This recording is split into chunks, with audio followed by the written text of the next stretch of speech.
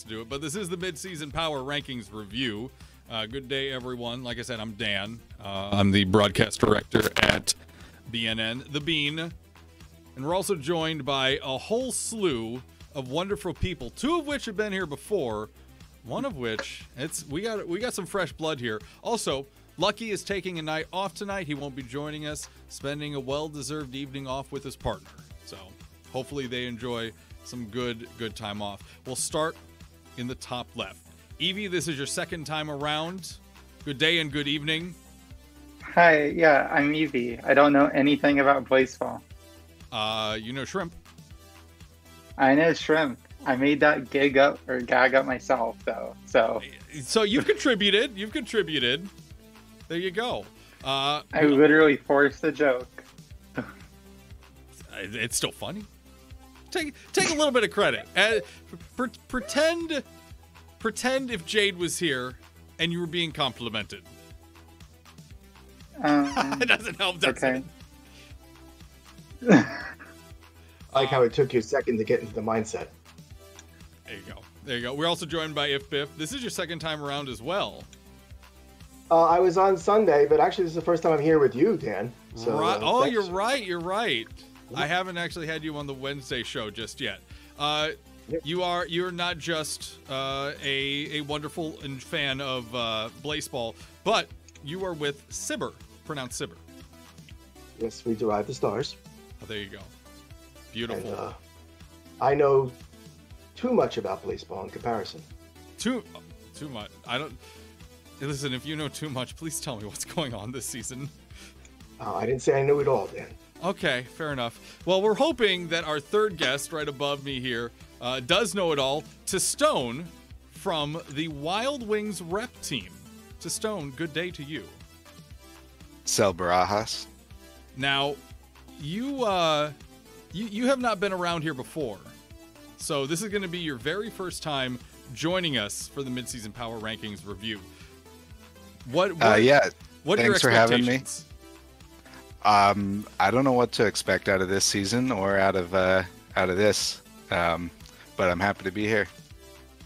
And of course, you're bringing your expertise to talk about the league leading still Mexico City Wild Wings. Yeah, that is right. Beyond all odds and expectations, we totally planned this, and here we are. Wait. Do you think Sub Barajas greets their friends by saying Sub Barajas? I'm gonna go mute myself now. Oh, I'm doubling up here. Oh no. You see, this is what I get for not double checking my windows. Oh well. This is I don't even know what to call this season. What is going on this season? That's a good question. With everything that's happening, leaders of the different divisions, the Wild Wings, the Flowers now on top of the Wild Low. Mild High sees the Seattle Garages leading, and over on the Mild Low, my Yellowstone Magic pushing the front. In fact, second in the entire ILB. If anybody's comfortable in this environment, it should be the uppy downies over there in Yellowstone, no? So I may or may not have said after Isabeth's first game pitching that, hey, you know what? Yellowstone win this season. Why do I say stupid things like that? I'm scared. Hubris now? What's that? Are we doing hubris now? This entire show's about hubris. We just let the hubris flow by all means. We will start with predictions. Now, everything from the actual BNN article that had the Philly Pies leading in first with Kansas City Breath Mints, Core Mechanics, winners of the previous season, Tigers, Spies, Dale up top. Obviously, we don't see that. We'll start up at the top. Evie, where did you think this season was going to go, knowing how the election went? I was very, very pleased to see the turntables get turned into a ratification because it was very funny. And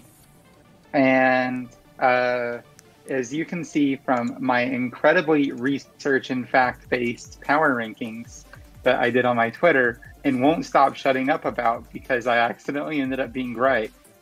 I'm scrolling to find them even though they're like 80 tweets down.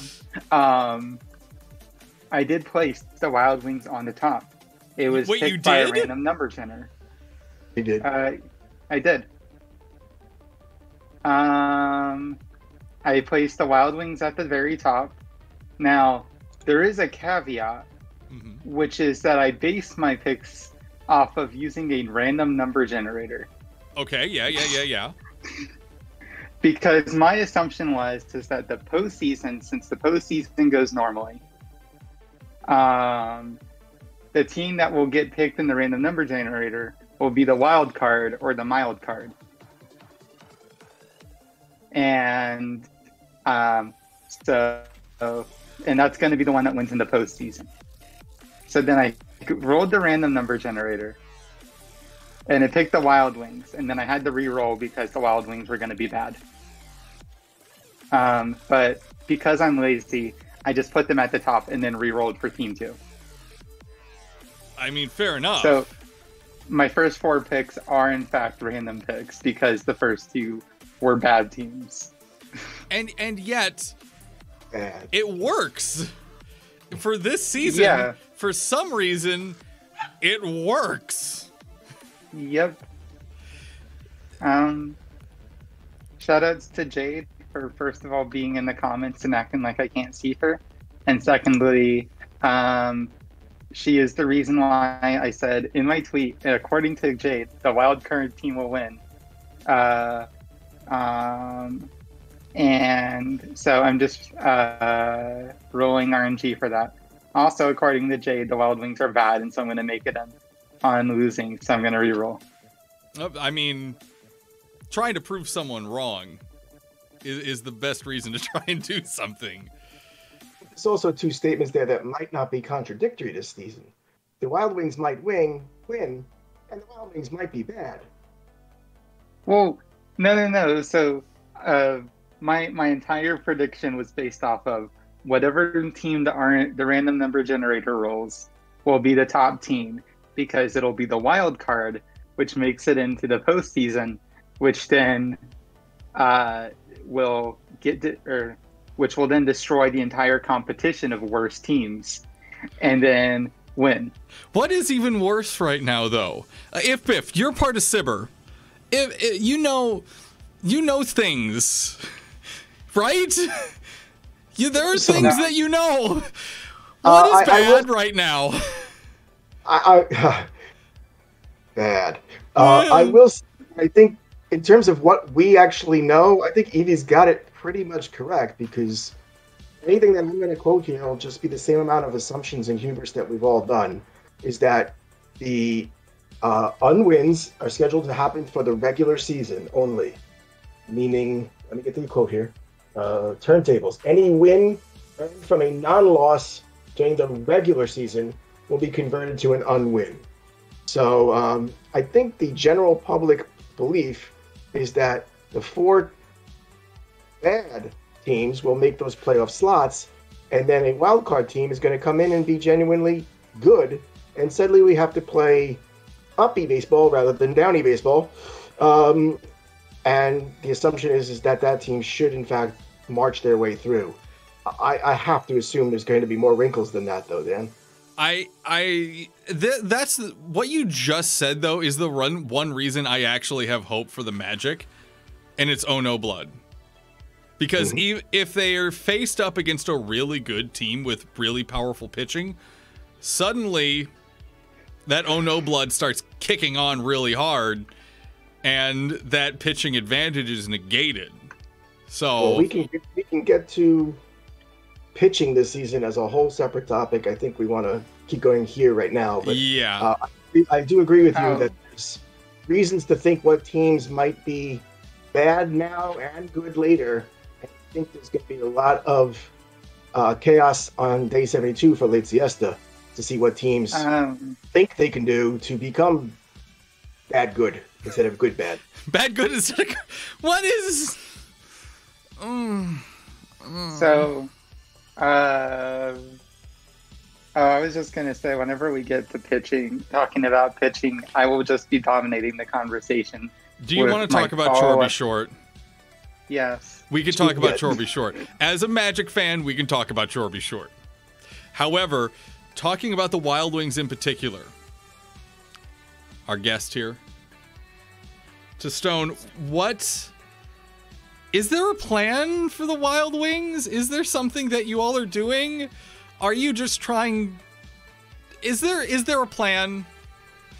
I'd like to tell you that there is, but to be honest, we're kind of in this with the rest of y'all. We came into this season really hoping for some good party time, and I guess we still don't know if we're going to get it. If I can make a bold prediction. Absolutely. Yes. I suspect that there will be 2 playoff brackets, and one will be the uppy teams and one will be the downy teams. And we'll see how that plays out. The other thing I will say, yes, maybe with the decree, but I expect that we'll get it this season even. The other thing I will say is the Wild Wings in the past have a decent record as the wild card. So this season we'll test that, I guess, if that's where we end up. We will see if the Wild Wings end up actually being a little spicy, a little wild, or if they come out a little mild. Oh, we've been there. Is it uncouth to bring up the Mild Wings? Is that inappropriate still? I don't have a sense of the team's feeling as a whole, but I take it a little personally. I do apologize. No, but also, right. We'll see how the Not until postseason. season 24. Oh yeah, you better watch out. Season 24 is right around the corner. It is. I gotta say, across the league, we're seeing we're seeing some consistencies with teams like the Wings, the Garages, the Magic, being at the top of their divisions pretty consistently, but Wild Low honestly has bounced around a little bit. Wild Low has seen some switcheroos. What are you talking about? Wild Low is an incredibly consistent and not at all irregular division. I'm going to ask you to back that statement up, Evie. Please. No, that's sarcasm. I'm being really sarcastic. Oh, no, I think Wild you're Low's been an absolute... It has.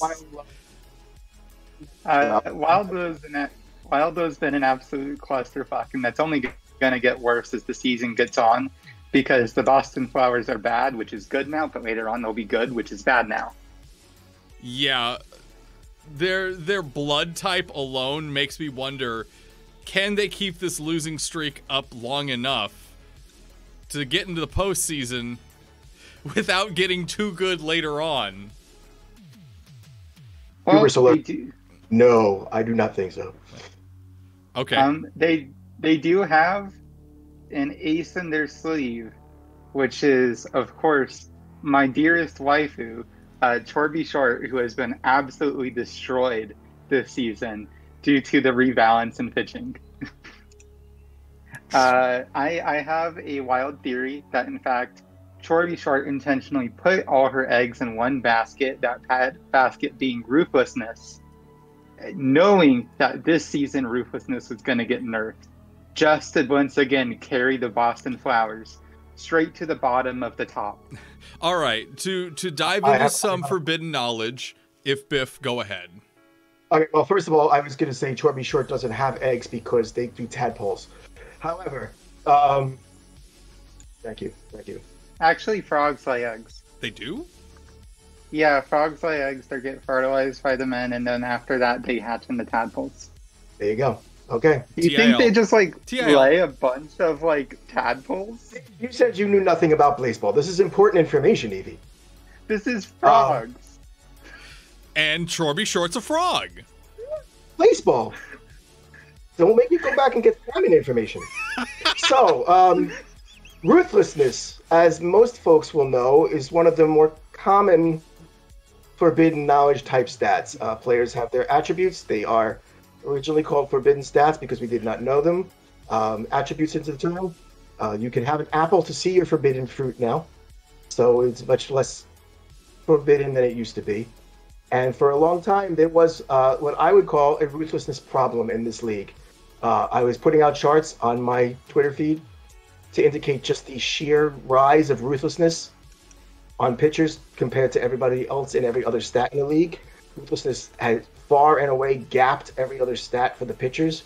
And last season, we had multiple games where there was not a single ball out of the strike zone thrown for the entire game.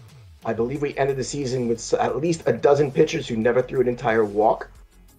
And it was becoming a problem. Pitchers who would have 5.5 stars, if they still had not good stat distribution, that works out quick, were showing to be inadequate in comparison to what they have. But there's a big difference this season. Ruthlessness was potentially rebalanced. We don't have definitive information, as we never really do. We do have great research. Let me see if I can give you this particular. We have great references with my waifu Chorby Short, whose ERA has ballooned from 2.15 to an incredibly impressive 5.23. Go ahead and turn that off, if sorry. Okay. Sorry. Feel free to just link that in chat. Okay, I wish I could, but it's not mentioned. I was just I don't know what kind of information I can give you. Let me read some numbers off. Sure. How's that? Yeah. From season 3 until season 18, the called strike percentage went from 17% to almost 30%. We had 28.7% called strikes. Balls, on the other hand, dropped from 33.7% to a record low 20.2% balls thrown. 33 to 20%. Yes, so basically only 1 of every 5 pitches were even out of the strike zone. Everything else was either contact, a strike swinging, or a strike looking. Strike looking in particular, as many of the various teams watching that postseason will know, was a problem. A lot of those games, it ended, if I can use the real-life baseball reference, Carlos Beltran style. Sorry, Mets fans. But this season, we do see some sort of rebalancing. Balls have jumped all the way back to 31.9%. That is about season 7 reference level ever. And call strikes are down to 19.7. The rest of it is pretty much the same. But pitchers do not have that ruthlessness that they once did. And it seems to be making a fair amount of difference. It really is. Different kinds of pitchers are making their way up the charts. They're now performing to what you would expect for 5.3 starts. Not to work. And you have to keep in mind, just look at the name of the top pitchers in the last 2 or 3 seasons that currently are not pitching. Polka Dot Patterson, Jalen Hot Dog Fingers, Bert Gonzalez, Wyatt Pothos, all right off the top of my head, all used to be top name pitchers that are not pitching right now. So how much of it is that? How much of it is rebalance? How much of it is this insane season? One thing that I don't remember exactly who pointed this out during the Sunday show a couple days ago over on Joey's channel, but someone in the chat pointed out that we've gone from a good pitcher being 4.5, 5 stars in like season 11 or 12. Just about. Like, I'll use my own personal example of King Weatherman. King Weatherman, for the longest time, was the star pitcher for the Boston Flowers. One of the true powerhouses. Now, considered middling. Considered, okay, decent. Nowhere close to a star, though, despite the fact that he's received multiple boosts. A star is far well and beyond someone like that at this point. So one thing I'm really curious about is with what I would call that bloat, the game band coming back in and tapping down on that amount of stat bloat and saying, okay, now you do need more stars to be anywhere close to that good in the first place. And that I support that. I mean, it's not like it's a... Not a big fan of power creep. Even right now, let me give you some names. Even right now with the rebalance, the Steeler Turner, 8.6 pitching stars. Beloved Chorby Short, 7.6 pitching stars. Winnie Hester, largest horse in the universe, 7.6 stars. 15,000 pounds. Chorby Short has attractor stars. Those stars as does Oscar Dolly, 6.5 stars. But even Gabriel Griffith, 6.3 stars. Jaden White, 6.1 stars. This is beyond what the growth was, and that's partially attributed to that, huge increase in ruthlessness over the years. Sure. Now I'm gonna be right back. Sorry, my dog's barking. I was gonna say the puppy agrees. Before we get into Chorby Short discussion, because I know we need to get into Chorby Short discussion. When it comes to a team like the Wings, what is, how do you deal with all this extra power creep when you've had to deal with so many trip ups and hiccups over the last few seasons in particular, while some teams are really just... And to Stone, I'm directing that question at you. I'm sorry. Yeah, no problem. That's been a big topic of conversation for us. For a long time we had our 1-star hitter, well, our 5-star hitter who was our star and our only star, and the rest of our team's meager success was built on strong pitching, so there was a lot of debate, especially in the last week, about does rebuilding our star pitcher lineup get us where we want to be, or do we need something bigger? So I think you can see the result of that. We ended up with the coolest player in the ILB, Axel Cardenas, on the mound for us. And, he does a great job. He usually doesn't take his hands out of his pockets while he's pitching, but, he's a pretty cool guy. So, and we're still kind of talking about that. We're looking at options for what we can do. And, if you look at those star charts of all the teams, the Wings have pitching, and that's about all we've got. So we got to pick up some stars somewhere if the power creep continues. So, Bert, are you going to put Bert Gonzalez back in your pitching rotation? He's having a great time hitting, and we'll see. We've got some plans, and I don't think his pitching days are over, but it might be a little while till we see that again. Okay, and before we continue on the conversation, one more question for you. As a Wild Wing and as someone who has, I'm not sure how long you've been with the Wild Wings, to be honest. I'd actually like to know, how long have you been with the Wild Wings? So I have been with the Wild Wings since season 1, day 2. Oh. Yeah, I've been here the whole time. I've ridden the whole ride.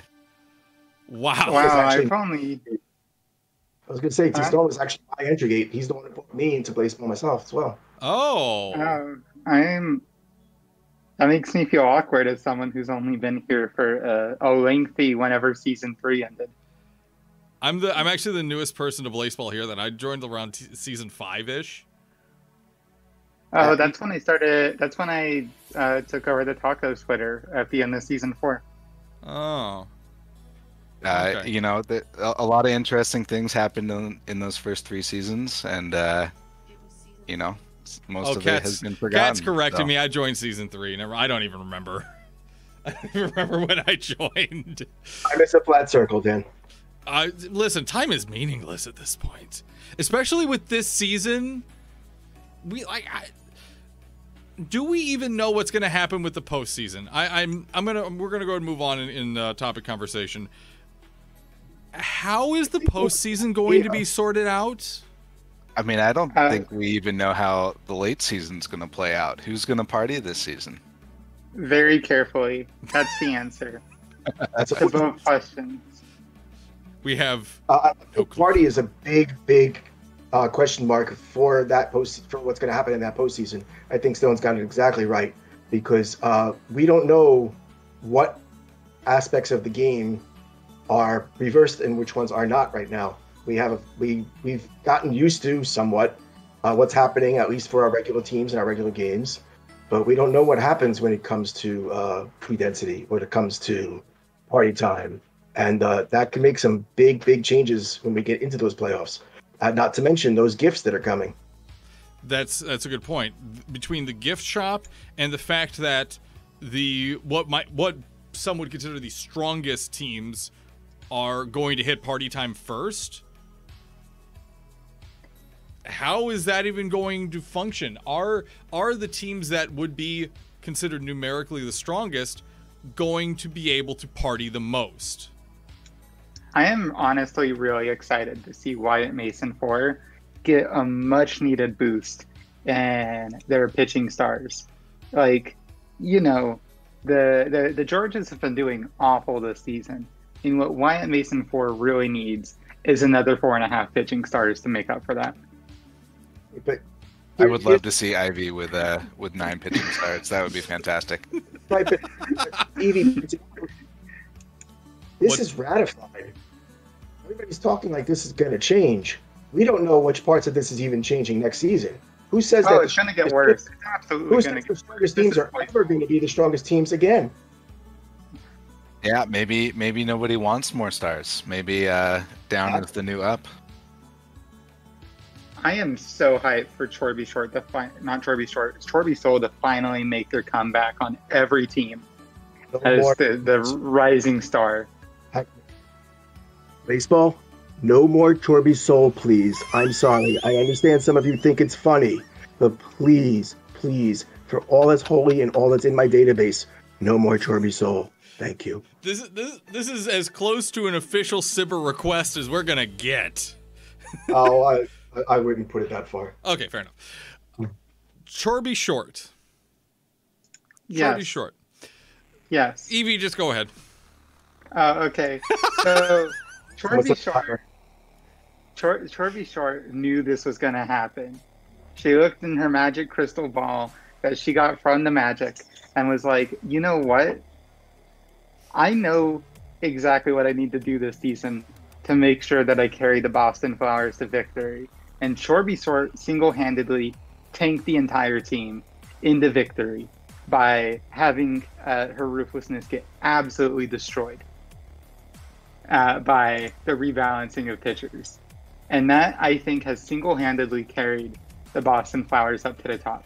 Chorby Short is currently the Boston Flowers' worst pitcher, and that's a good thing now. No way. Boston, no. Yeah, Chorby Short has a win-loss percentage of 21 with an ERA of 5.23, which is a little under one higher than every other pitcher. Chorby Short is not only the worst pitcher on the Flowers, Chorby Short is the worst pitcher on the Flowers by a lot. Chorby Short is currently 3-11.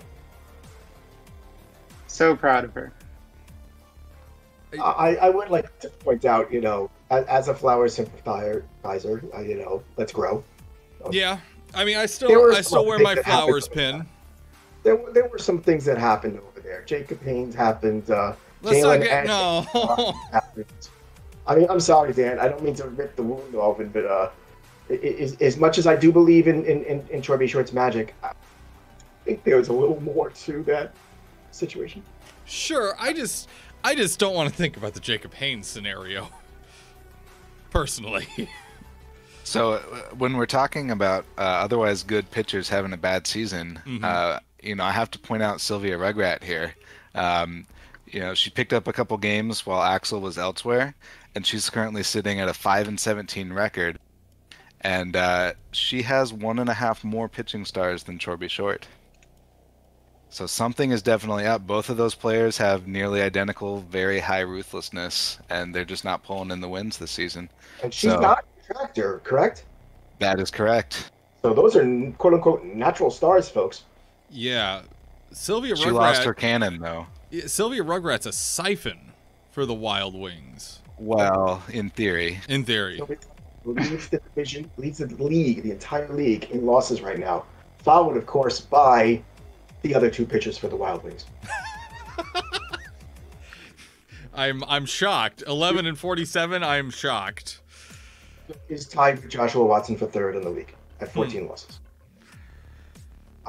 We can get to some Worms concepts here at some point whenever you'd like as well. So that is honestly the other thing I'm curious about too. The Ohio Worms, a team known for being able to tank their season in the most effective manners, aren't tanking themselves as hard as other teams by a long shot. Yes, and I think I can speak mostly officially for Worms reps when I think the response to that would be, oops. You can see that we did have a plan. We put the pancakes on the back burner. The pancakes went back to the shadows. We left out two pitchers had been chomped pretty severely in Rivers Rosa and Patrick Southwick. And I do think the Worms are in a pretty unique position when it comes to this ability to go north, go south, and flip quickly, thanks to some of the stuff we have and thanks to our modification. The question is always when we want to flip. I will say that it's been a little while that it didn't work out for us, and we finally got the things that we wanted to happen this year. And again, I would say the official response to that is, oops. So right now, the Ohio Worms are 3 games behind the Flowers, 8 games behind the Magic, 6 games behind the Garages, and a good dozen or so games behind the Wild Wings. The Flowers at least have the Grass Blood coming up. They generally perform better later the season gets. There is the Tacos who are going to be doing a lot better, which is worse now because Yummy Elliott came out of the shadows. Oh, I did not realize. Yummy Elliott was just faxed approximately an hour ago. I think it was 2 games ago, Evie. Is that right? I don't know how time works. Oh, Fair of course enough. not. Well, who does? Yeah. But yeah, the Tacos, I would say, do belong in that conversation with the Flowers and the Worms. But it is going to be more difficult for them because of their fax machines, because they just got Yummy out, for them to properly go. They might have turned north too quickly, like another team, which we can talk about at some point too, which are the Mechanics, who also had a fax happen for them and had did they have a fax happen tonight? They lost their pitcher and brought out maybe Google. Last season it took them too long. This season I think it happened too quickly. Also, for those who may not have been paying attention last hour or two, Undertaker triggered for the first time over in the Mechanics, and right now the Mechanics are doing a Tacos imitation because 4 of their 7 batters are elsewhere. Yeah, they gone. They have Bees Tazwell, who is very scattered at the moment. Gia Holbrook and Kelvin Drum Solo available in their pitching rotation. And that's it. So the question is, like we said, we're making assumptions about when good is bad and when bad is good and when good, bad is necessary and when bad, good is necessary. My brain hurts. I'm sorry, Dan. I really am. But I have a really great explainer for it, Dan, on my Twitter. Yes. It's just this whole thread all about bad being good and how that works out. And I'd really appreciate it if you gave it like a dozen more likes and retweets because I want to blow up on Twitter. Oh. You'll get a retweet from me at the end of this. There we go. I think the timing is what's going to come down to it. What teams know when to, or can, or have some semblance of control, because this is Blaseball, of when to use our turn the worm, so to speak. When you stop being bad good and when you start being good bad. It's going to take some foresight too to know when it's actually worthwhile. And is there what? I'm going to ask the $1 million question here, and I'm going to start with our fresh blood right above me here. What ways do teams have in particular to do that bad good turn late season? What mechanics specifically should teams focus on? Well, the two big ones that I'm aware of are one being fax machines, and of course that depends a lot on what your shadows looks like. And then the other one is the gift lineup. You know, if you can pick up a replica of Alden Cash Money, for example, that could turn your hitting around. And you know, I think there's probably going to be a few really creative gift plans going off this season that'll be fun to watch. Mexico City Wild Wings went Chorbisol. Yeah. Yeah. I'm very excited for that. Want is such a strong term. We already have the coolest pitcher. I don't know if we need to go there. Is day 72 even the right time to turn, Dan? Is it too soon? It's too late. I don't. This is why I'm asking you all, because the fact it's definitely the wrong time to try to go all in on Chorbisol if you're the Wild Wings. I mean, why do you need to tank harder when you're already the worst team in the league? You know, there's been some speculation that we might see some interesting weather with polarity in the postseason. You know, just because turntables only impacts the regular season doesn't mean we won't see some other unexpected turns in the playoffs here. Just admit that you want to get like swept 0-3 in the finals. It's what we all want. Oh, we need one win. Sylvia can pull it off for us. All right. If what did you have to say? I was going to say, that face you saw earlier, folks, was Dan just remembering that polarity exists as well. That is Dan remembering polarity exists as well.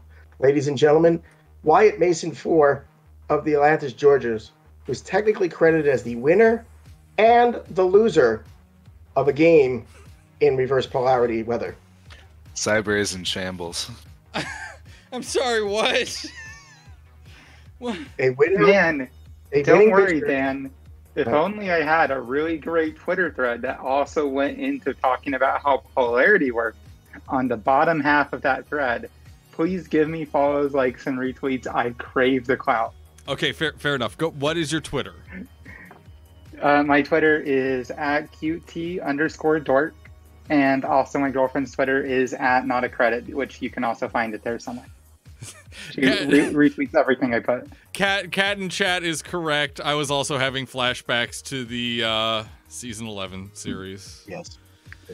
Okay, I'm fine. As it stands. Looking great, Dan. Yeah. Struggle busting for real. I did want to take a moment and talk about the I'm going to call it the domination going on in the mile low for Yellowstone. Honestly, I had no idea what was going to happen this season. I'm in the middle of fundraising month for St. Jude, and I've barely been able to pay attention to Blaseball. And then the Yellowstone just can't win games, which means they're winning a ton of games. You asked earlier about what mechanics and what teams can do to turn appropriately. And you actually also alluded to it earlier as well. I think no team is going to be able to do it as well as the Yellowstone Magic. Yellowstone Magic play poorly against bad teams and play well against good teams. Now, are the good teams good-bad enough for the Yellowstone Magic to become good-bad? Can we double down on this just to make Dan hurt? I think the best way to end this stream is to break Dan's brain to so much that he is forced to shut down the stream and his computer when the stream is when it's scheduled to end. You know what? He's regretting this panel big time. We're good. You know what? I'm good. I am incredibly proud, though, of the Magic and the folks over there, the Arc Rangers, because, again, very early on, I just opened up a ginormous can of hubris and said, you know what? I think this is the most uppy-downy Acebebo friggin' season ever. Yellowstone Magic win it all. That was day 4. They're second in the league right now. Spoiler alert, I'm going to agree with you when we get there. It just makes sense. It just feels like it makes sense.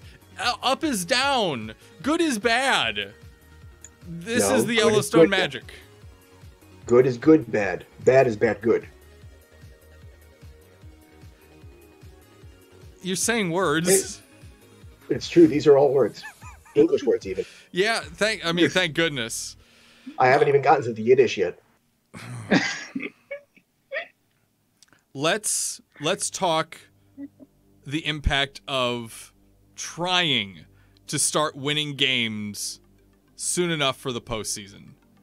What teams, and I'm going to start with you, If what teams do you see turning it around strongly enough for the postseason? Assuming the postseason is going to be based on regular wins.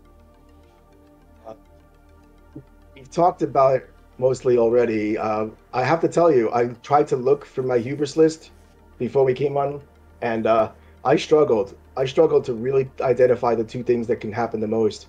But I'm still going with what we've talked about here. I think the teams that are going to be able to turn appropriately are, in fact, the Magic and the Worms. Okay.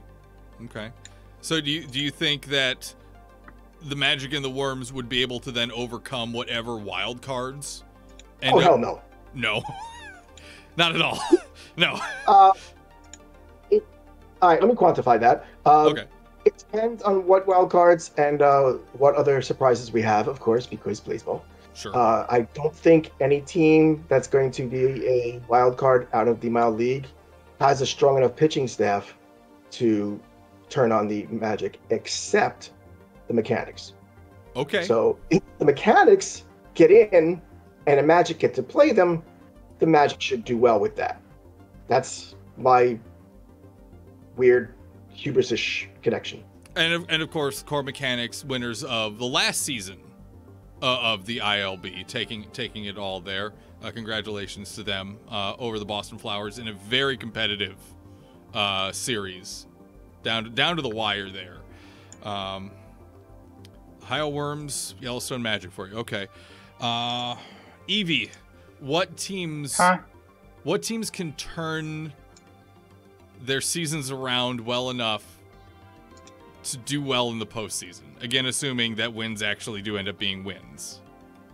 The Boston Flowers have something going for them, which is that if Grass Blood doesn't pull them out of the running enough, they have Grass Blood, which is good. Sure. And that's good.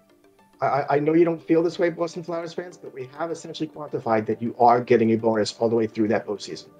But it is only 5%, right? Only 5%. But 5% is more than 0%. Yes, it's about 5 mode. That's true. That's true. This is math. Other teams that can make it in are, I have no idea. I don't actually know anything about baseball. So, but you do know Chorby Short is awesome. Listen, I have conspiracy theories about Chorby Short, and even those aren't based on facts. Is anything based on facts right now? What is based on facts is that my girlfriend really likes the San Francisco Lovers, so everyone seemed to pick about 2 teams, so I'm going to pick the San Francisco Lovers. There you go. Sylvia, winner, I do simp for you. There we go. Then, just as like a fun little hubris thing of what team will win, or is that going to be later? It's going to be next. Oh, okay, next. So we're going to talk finals here right after this, because we do need to pour out our buckets of hubris. Yeah. So that'll be shortly here. To Stone, what teams can turn it around to make it into the postseason without getting too good to get knocked out?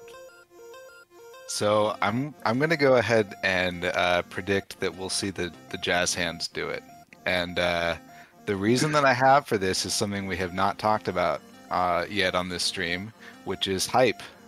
And we don't know for sure, but it seems like hype gives you an enormous leg up in home games. So if they can get lucky, if they can get the right seed and get the home field advantage in the right games, I think they could really do well in the postseason. They are just out of contention right now, partially because of winning a lot at home. I don't know the details of the rest of their schedule, but I think that they could definitely do it. I don't know that I have a second team in mind. I would like to say, though, I think there are more than just the mechanics that could handle the Magic, especially in this season with pitching seeming to be a little bit different. And I think if either the Fridays or the Pies got the wild card, they could probably take on the Magic. However, they might get knocked out in the wild card round before they play the Magic, assuming the Magic stay in the number 1 seed. We have seen stranger. Set of numbers at you, just to follow up on what Testone was saying there. Yeah, go for it. Home teams for the first 18 seasons won between 50 to 54%, barely 54% of the home games. So far this season, as of when we went online, 64% of the home teams have won. The hype is real, ladies and gentlemen. So we want to hype. We want to get on those hype trains. Right. If you want to see evidence of, we believe, the hype train happening, look at the start for those Georgias. They shamed the Spies multiple times in a row, and they went like a rocket. That's a good point. In a bad, good direction. That's a really good point. Things have leveled off with them, but who's going to build the hype up at the right time? Might go back to one of the answers to your question of what can teams do. Now, Can they actually do it? Thank you, Sim. But the Sim has a mind of its own. Oh, absolutely. And I'm not sure I'm a fan of that mind. Yeah, Evie, go ahead. I'm a big fan of the Sims mind because it seems to be very in favor of my Chorby Shore conspiracy theories. Fair enough. All right, to Stone, we're going to send it back to you real quick. Are you saying at least Jazz hands in the finals? This is your chance to pour out some hubris here. What do you feel like the finals might be? So if I'm going to go all in on hubris, the Wings have determined that every 4th prime number season is the season where they win it all. So it's definitely going to be the Wings. Okay. I don't see. Listen, hold on a sec, panelists. I don't see anything funny about that. That seems like a very serious, real thought. Yeah, we're here in season 7, and we're going to be here again in season 19. And you can't look at the standings right now and say this team at the top of the league is not going to be in the finals. I'm impressed with the ability to bend math to your will. That's whatever. Cyber has taught me a lot. Mm-hmm. Evie, give us your finest hubris. Oh, if you want hubris based on just as sound logic, then the winning team is gonna be a random number between 1 and 24, and it says 22, so it's the 22nd team. That is the Kansas City Breathmints. Really? So the winning team is going to be the Kansas City Breathmints, according to Google's random number generator, because it will be the wild card team, and it's going to dominate. If one of the teams that gets a wild card is the Breathmints, I'm going to call witchcraft. That's my call. You seriously just stole my hubris thunder right out from under me. That was my call. Okay. That was your what? That is it. My turn? May I? Yes. Yeah, that was my entire bit. My hubris call was if there's any team that can handle the pure insanity and the flexibility and the not caring of reality that can handle the season and just work it out, it's the Kansas City Breathmints. The Breathmints. The Breathmints. My finals would be the Kansas City Breathmints and the Boston Flowers. Oh. Wow, I'm picking the Worms. The worms and flowers part is tough for me, but I truly believe in the chaos that is the Breathmints.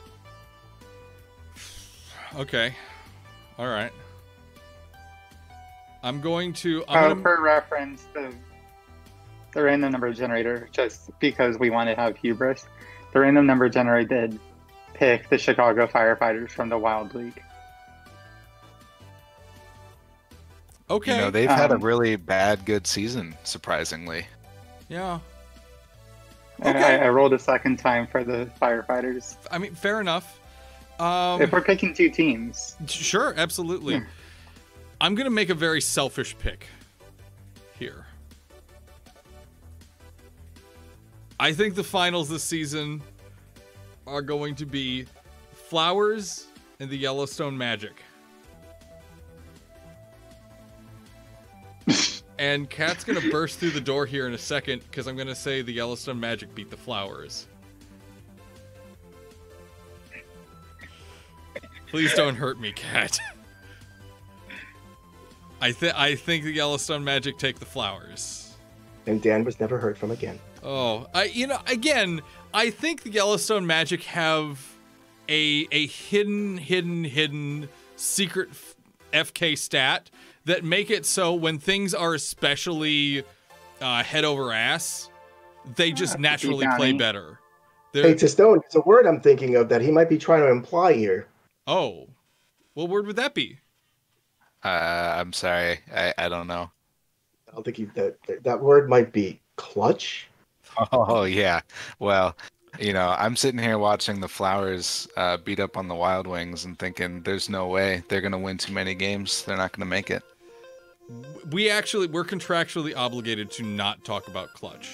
I'm sorry. I mean, you can't discount the clutch. You know what?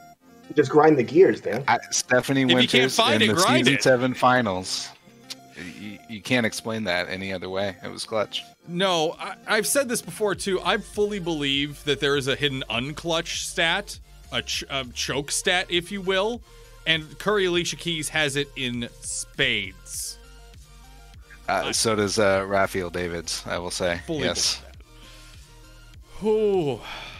Okay. We have poured out our hubris, and we have tried to make sense of this season that makes absolutely no sense. I appreciate all of you joining me tonight.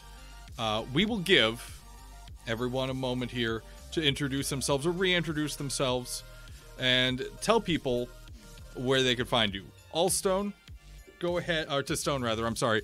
Go ahead and where can people find you? Tell us a bit about yourself. Yeah, I'm Testone. I'm one of the reps for the Wild Wings. Been around since day 2, and also one of the caretakers over on Cyber, so you can find me there. I don't really do Twitter, but yeah, look me up on the Cyber Discord. There we go. Pronounce Cyber. Evie, you can rebump your Twitter amongst other things. Amongst other things, indeed. So you can find me on Twitter at QT_dork. More importantly, I also run the Taco's Twitter, which is at Taco Blaseball, and I'm currently not running it because I'm taking a short break because I was, I was meant to take a hiatus from Blaseball while my university, my finals were getting rough. And as you can see, this is my break. Thank you. And finally, most importantly, make sure to follow my girlfriend, Jade, at Not a Credit. In fact, if you want to follow me, make sure you follow her first, like twice. I'll make sure to link both of you in the YouTube description. Oh, yeah, absolutely. Link her like 5 times. Above everyone else, in fact. Make sure that they're like pushed out. Oh, it's just Jade. I mean, I take requests at this point, so why the hell not? If Biff, go on ahead.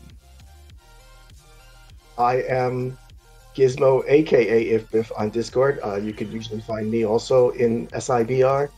I will also be in the Worm side court over down in the Wormhole. You can find me on Twitter if you like to see random stats, charts, and all sorts of bizarre Blaseball type information. I love putting out all the fun things that come out. That's Biff If, because Twitter wanted to be a bitch like that, on Twitter. Other than that, I'm having a blast. Thank you for having me.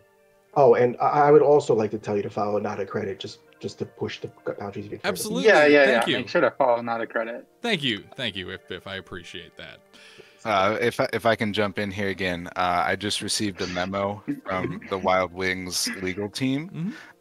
It seems that they are drafting a lawsuit in the possibility that the Wings are denied their chance to host Party Time this season. So gonna have to keep an eye out for that. I gotta say, one of my favorite things in all of Blaseball is the Wild Wings legal team.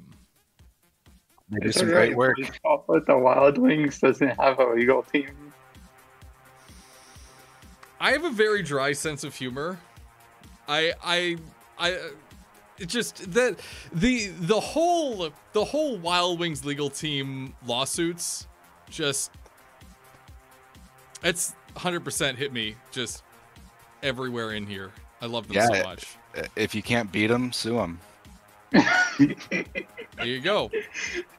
Why didn't the Wings make that their slogan? Why is they're it's the secondary. It's the backup slogan. Slogan? It's wonderful. As for myself, people can find me on Twitter at Leto, Leto. People can also find me over on the Bean Cord, the BNN Discord. Feel free to hop over there. There's a lot of great content creation that happens over there, including the power rankings that were put out this week by BNN and its slew of writers, some of which are joining us here right now. Make sure to check out my power rankings. Which admittedly were not on BNN this time. Well, that's because they're incredibly fact-based and not at all based on me picking whatever team, going to the Blaseball website, scrolling through, picking whatever team seems okay, and then putting that in there and then writing a blurb. You know what? We'll work on changing that in the near future. Because honestly, your power rankings might have been more accurate. It's all just numbers dancing on a pad. Hey, if you can pick the number one team, you're onto something. Yeah. I was focusing on. You do realize that my power rankings are literally based, like, my entire bit with the power rankings was that I was like, my entire thing for the millennials was like, is it party rockin' in the house tonight, or is it party rock is in the house tonight? That was my entire blurb for the millennials. Sure. And admittedly, I called the Magic number 2 for a season, and just like that, it happened. Jade ran the numbers, and 14 of my power ranking blurbs were simping. I spent 14 of the teams I wrote blurbs about for my power rankings on Twitter. Oh. I spent 14 of those blurbs just simping for the team, simping for a hot player on the team, or simping for someone. You see, that works because so many people make their regular, I know we don't normally talk about sports here. How many people make their sports picks, whether it's brackets or, betting or whatnot, off of the color of the uniform or how hot the players are? How funny the name is. Kat just shouted from the other room she does that. It's great. I think the bottom line here, really, Dan, is that Evie actually, in fact, knows more about Blaseball than all of us combined. I agree. You know what? And that 100%, not only why you should follow Evie on Twitter, but that is the best. That is the best possible point for us to end this wonderful broadcast on. So I will thank our wonderful guests for their time tonight and for the flexibility of joining me a little later than normal. And I will wish you all a wonderful evening. This has been our hubris. This has been the Power Rankings review. And this has been us trying to figure out what the hell is going on in Blaseball this season. For all of us, I've been Dan. And I wish you all a wonderful evening. Good night now.